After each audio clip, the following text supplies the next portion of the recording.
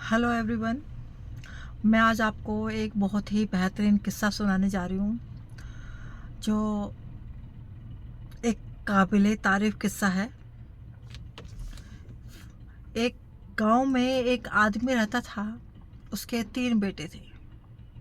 एक गांव में एक आदमी रहता था, उसके 3 बेटे थे और तीनों का नाम अब्दुल था। अब्दुल। उसके जो पापा थे, वो यानी कि ज़्यादा तो प्रॉपर्टी नहीं थी, लेकिन हाँ इतनी थी कि वो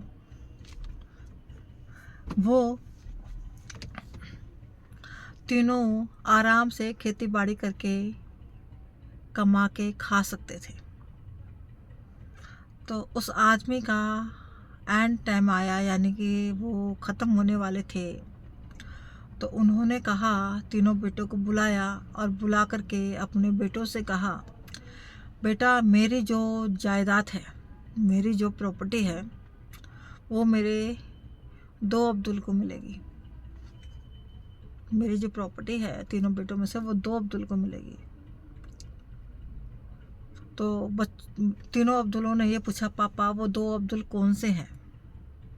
तो उन्होंने कहा, नहीं बेटा, ये मैं नहीं बताऊंगा, ये तो आपको यहाँ के जो काजी हैं वही बताएंगे।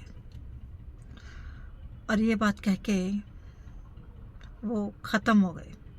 अब तीनों के तीनों बहुत ही ज़्यादा परेशान हो गए कि आखिर इस बात का कैसे पता लगाया जाए कि मेरे जो प्रॉपर्टी है वो हम तीनों में किस तरीके से मिलेगी, या वो किस तरीके से मिलेगी।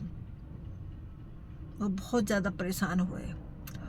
तीनों ने सलाह करी कि चलो हम काजी के पास चलते हैं, वहीं जाके पता लगेगा कि आखिर ये प्रॉपर्टी हमको मिलेगी कैसे।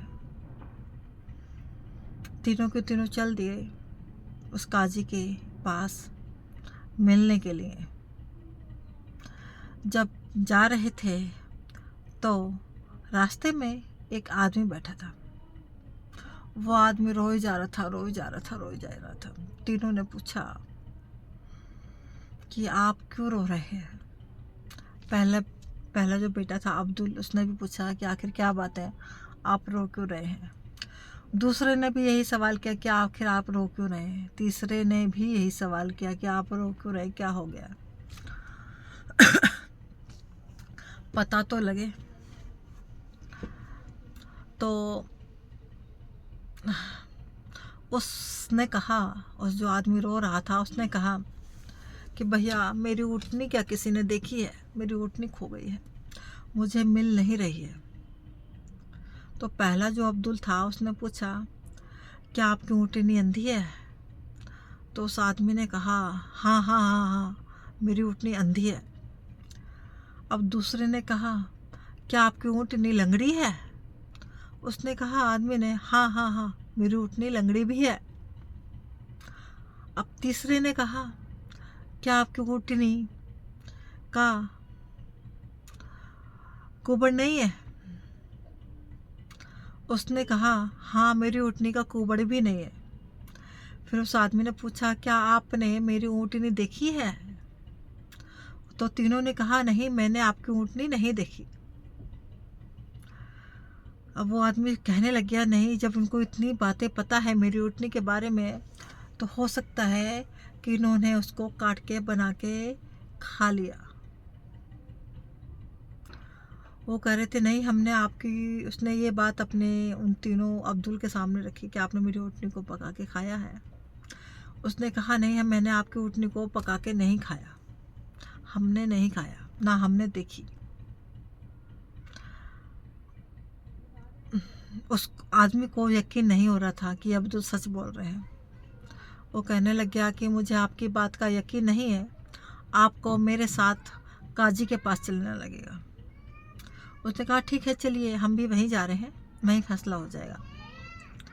अब चारों जने मिलके, तीनों अब्दुल और वो ऊँटनी का जो मालिक था, वो जाते हैं काजी के पास और वहाँ जाके अपनी बात रखते हैं।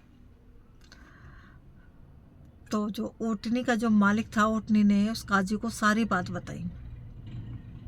तो काजी ने सबसे पहले सबसे बड़े अब्दुल को बुलाया और पूछा कि आपने ऊँटनी को अंधा क्यों कहा। उसने कहा कि जब मैं जा रहा था तो जो घास होती है, घास एक साइड की थी और एक साइड की नहीं थी। तो यानी कि उस ऊँटनी को एक साइड का ही दिखता था, एक साइड का नहीं दिखता था। इसलिए मैंने कहा कि आपकी ऊँटनी अंधी है। मेरी नज़र घास पे पड़ी थी और वो घास एक साइड का खाई हुई थी और एक साइड का नहीं खाई हुई थी। तो इस बेस पर मैंने कहा कि आपकी ऊँटनी अंधी है। अच्छा, फिर उसने दूसरे अब्दुल को बुलाया। उससे पूछा कि अब्दुल, आपको कैसे पता कि ऊँटनी लंगड़ी थी। उसने कहा कि जब मैं चल रहा था, रास्ते में जब हम आ रहे थे आपके पास, तो ऊँट के 4 पैर होते हैं, जिसमें से 3 तो सही से गड्ढे में घुसे हुए थे और एक पैर उसका थोड़ा हल्का ऊंचा था। उससे मैंने आइडिया लगाया कि ऊँटनी को चलने में दिक्कत थी। तो मैंने ये बात कही क्योंकि मैंने इस चीज़ को नोट किया। ये बात मैंने उसको कही। उन्होंने कहा ठीक है, आप जाइए। उसके बाद तीसरे को बुलाया। तीसरे से पूछा कि आपने ये क्यों कहा कि ऊँटनी का कुबड़ नहीं है। उसने कहा कि जैसे ऊँटनी का कुबड़ होता है ना, तो ऊँट के अंदर आदत होती है कि वो अपने पूँछ से गोबर को चारों तरफ छिड़का देता है, लेकिन वो गोबर चारों तरफ छिड़का हुआ नहीं था, वो एक ही जगह था। इस चीज़ से मैंने आइडिया लगाया कि उस ऊँटनी का गोबर क्या दुम नहीं है। उसने कहा ठीक है अब्दुल, आप जा सकते हैं। अब ऊँट का जो मालिक था उसको बुलाएगा। ऊँट के मालिक से कहा कि इन तीनों ने आपकी ऊँटनी को नहीं देखा है। इन्होंने सपोज रास्ते में जो निशान मिले उस बेस पर आपको बताया। ये कह के वहाँ से ऊँट का मालिक सुन के चला जाता है अपनी ऊँटनी को ढूंढने के लिए। तो जो काजी थे वो ये अपने गुलामों से कहते हैं कि आप इनके रुकने का इंतज़ाम कीजिए। उसने कहा ठीक है। तो जो वहाँ के जो नौकर थे उन्होंने उसको रुकने का इंतज़ाम किया। एक रूम में और अपने कुछ गुलामों को उन तीनों की निगरानी पर लगा दिया। बहुत अच्छा पकवान बनाया गया उनके लिए। ये चीज़ तीनों जने देख रहे थे कमरे के अंदर, क्या हमारे पर नज़र रखी जा रही है। खाने का तो नहीं पता था, लेकिन ये पता था कि हमारे ऊपर नज़र रखी जा रही है। उसने क्या किया, जब खाना आता है, जो गुलाम थे वो खाना लेके आते हैं एक प्लेट के अंदर सजा करके अच्छे से कि हम इस खाने को लेके चलते हैं, ये खाएंगे तीनों अब्दुल। तो खाने को जब लेके आता है तो पहला अब्दुल कहता है कि मैं इस खाने को नहीं खा सकता क्योंकि ये कुत्ते का बना हुआ है। दूसरे ने कहा कि मैं भी इस खाने को नहीं खा सकता क्योंकि ये एक मजबूर औरत का बना हुआ है। तीसरे ने कहा कि क्या इस खाने को बनवाने वाला हरामी है क्या, जो ऐसा खाना हमें दिया जा रहा है खाने के लिए। हम इस खाने को नहीं खाएंगे। अब जो गुलाम था उस काजी का, वो गया उसके पास, उसने सारी बातें बताई। तो एक एक करके उनको बुलाया गया कि आपने, सबसे पहले बड़े अब्दुल को बुलाया गया। अब्दुल से पूछा कि आपको कैसे पता कि ये कुत्ते का बना हुआ खाना है, कुत्ते का मीट है। उसने कहा कि जो नॉर्मल जो मीट होता है उसके अंदर चिकनाई होती है और ये रूखा मीट है, इसका रंग बता रहा है कि ये कुत्ते का है। उसने अपने गुलाम को बुलाया, उससे पूछा क्या ये कुत्ते का है। उसने कहा हाँ, यहाँ पर आज कोई था नहीं एनिमल्स, जानवर, जो मैं उसको काट करके इन सब के लिए खाना बनाता, तो मैंने कुत्ते का बना दिया। उसने कहा ठीक है। तो उसने अब्दुल से कहा अब्दुल, आप ही ज़मीन के हकदार हैं,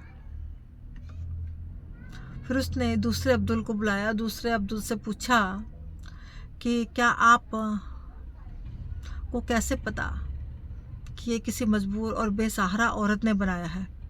तो उसने क्या किया, उससे कहा कि ये वाकई में मजबूर औरत का बनाया हुआ खाना है, क्योंकि औरत बहुत मजबूर थी, खाना नहीं बना पा रही थी और वो ऐसे टाइम पे खाना बना रही थी। इसलिए एक साइड से तो रोटी अच्छे से सिक गई और दूसरी साइड से रोटी वो कच्ची रह गई। उसने कहा, फिर से उसने गुलाम को बुलाया। गुलाम से पूछा, क्या ये सच है? तो गुलाम ने आके कहा, हाँ, उसका 9वां महीना चल रहा, उसे बैठने उठने में दिक्कत थी, कोई काम करने वाली नहीं थी, सब अपने अपने घर जा रखी थी, तो मैंने खाना उससे बनवाया। उसने कहा ठीक है। उसके बाद उसने उस अब्दुल से कहा, काजी ने, कि तुम भी ज़मीन के हकदार हो। उसके बाद फिर तीसरे को बुलाया जाता है। तीसरे से को बुला करके पूछा कि आपने मुझे हरामी क्यों कहा? तो उसने कहा, जो अपने बुलाए हुए मेहमान पर नज़र रखे वो इंसान हरामी ही होता है। उसने कहा कि आप तीनों में से जो ज़मीन का जो हक रखते हैं वो 2 अब्दुल रखते हैं, तीसरा नहीं रखता, और तीसरे वो आप हैं जो आप उस ज़मीन का हक नहीं रखते। उसने कहा कि ऐसा क्यों? काजी से पूछा कि आपने मुझसे ऐसा क्यों कहा? उसने कहा कि हरामी ही को ही पता होता है कि कौन हरामी होता है, कौन नहीं होता। उसने कहा अच्छा, आप जाते हैं कि जाके अपनी माँ से पूछिए, आपकी माँ बताएगी आपको। आप तीनों के तीनों अब्दुल अपनी माँ के पास जाते हैं। तीसरा जो बेटा था, जो हरामी था, उसने अपनी माँ से पूछा, माँ क्या मैं हरामी हूँ? माँ बता।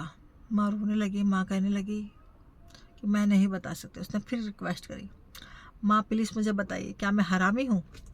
उसने कहा, हाँ बेटा, आप हरामी हो। आपको मैंने हराम के हो, आपको मैंने एक बहते हुई दरवाजे के नदी के आगे से उठाया था।